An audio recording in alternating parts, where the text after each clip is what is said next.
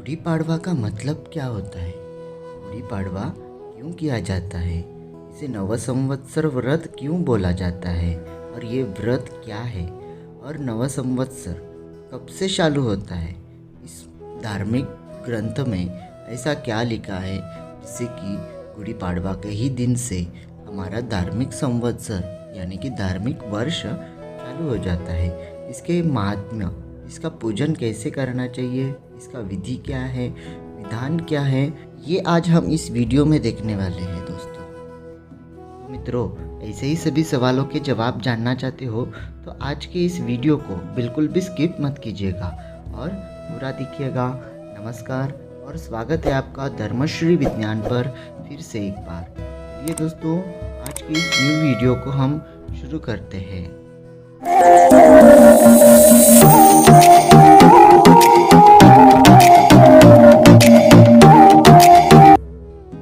सबसे पहले हम जान लेते हैं इसका महात्म्य क्या है, इसका विधान कैसे किया जाता है। भारतीय नववर्ष का प्रारंभ चैत्र मास की शुक्ल पक्ष प्रतिपदा को अर्थात पाड़वा से हो जाता है। इसे वर्ष प्रतिपदा भी कहते हैं, अर्थात इस दिन से नववर्ष का आरंभ हो जाता है। हमारे समस्त धार्मिक संस्कार और त्योहारों में सर्वसामान्य संवत विक्रमी संवत है। इसी दिवस से देवी पूजन नवरात्र के रूप में किया जाता है। नवरात्र में 9 दिन तक का व्रत रखा जाता है और शक्ति उपासना की जाती है। कुछ परिवारों में केवल प्रतिपदा तिथि और दुर्गाष्टमी को ही व्रत किया जाता है और ऐसी उनकी घर में परंपरा रहती है। ये नहीं चाहिए। भगवती दुर्गा माता का मंत्र यानी कि ऐं ह्रीं क्लीं चामुंडाई विच्चे आप स्क्रीन पर देख सकते हो। ये एक चामुंडा देवी का, दुर्गा माता का मंत्र है। 108 बार इसका उच्चारण करने से आपका संपूर्ण वर्ष कल्याणकारी होने की आपको उनसे प्रार्थना करनी चाहिए। नवरात्र के 9 दिन तक देवी दुर्गा के विभिन्न रूपों की पूजा की जाती है। चैत्र मास के शुक्ल पक्ष की प्रतिपदा तिथि को देवी पूजन का प्रारंभ करने से पूर्व कलश स्थापन किया जाता है। नवरात्र के 9 दिन तक सुबह, दोपहर में और संध्या के समय में भगवती दुर्गा की पूजा करनी चाहिए। श्रद्धानुसार अष्टमी या नवमी के दिन पूजा उसकी भगवती को प्रसन्न करना चाहिए। यह हो गया पूजा का विधि विधान। तो मित्रों, अब हम जान लेते हैं इसका पौराणिक संदर्भ क्या है, इसके पीछे की कथा क्या है, ये हम अब जान लेंगे। श्री ब्रह्म पुराण के अनुसार ब्रह्मा जी ने इसी दिन सृष्टि की रचना की थी। इस तरह के और भी उल्लेख अथर्ववेद में और शतपथ ब्राह्मण में मिलते हैं। एक तरफ यह आनंद का उत्सव है तो दूसरी ओर विजय और परिवर्तन का प्रारंभ का प्रतीक माना गया है।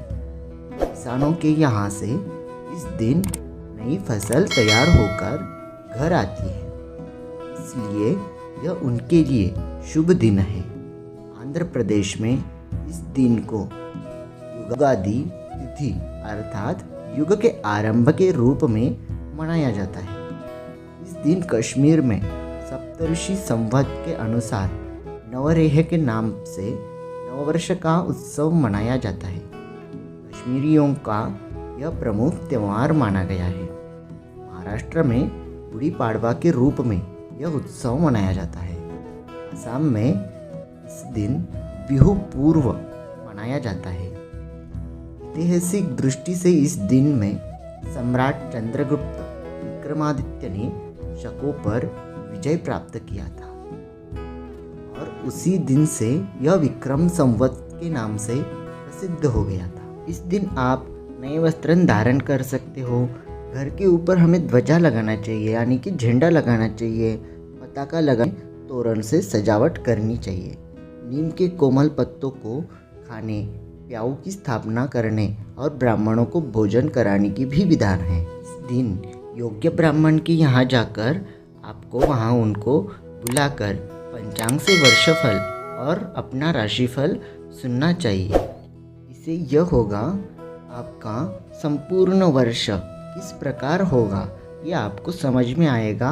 और अगर कुछ अशुभ घटनाएं होने वाली हैं तो आपको पहले समझ में आएगा और आप सावधान रह सकते हैं। इससे आप अशुभ घटना होने से बच सकते हैं। अगर आप इस दिन ब्राह्मण को पंचांग दान में दे सकते हैं तो इसका अपार पुण्य फल प्राप्त होगा आपको। इस विधान का शास्त्र में अतिशय संवत के हिसाब से लिखा गया है। उम्मीद करते हैं कि आज की ये वीडियो आपको पसंद आई होगी। अगर आई हो तो नीचे कमेंट करके अवश्य बताइएगा।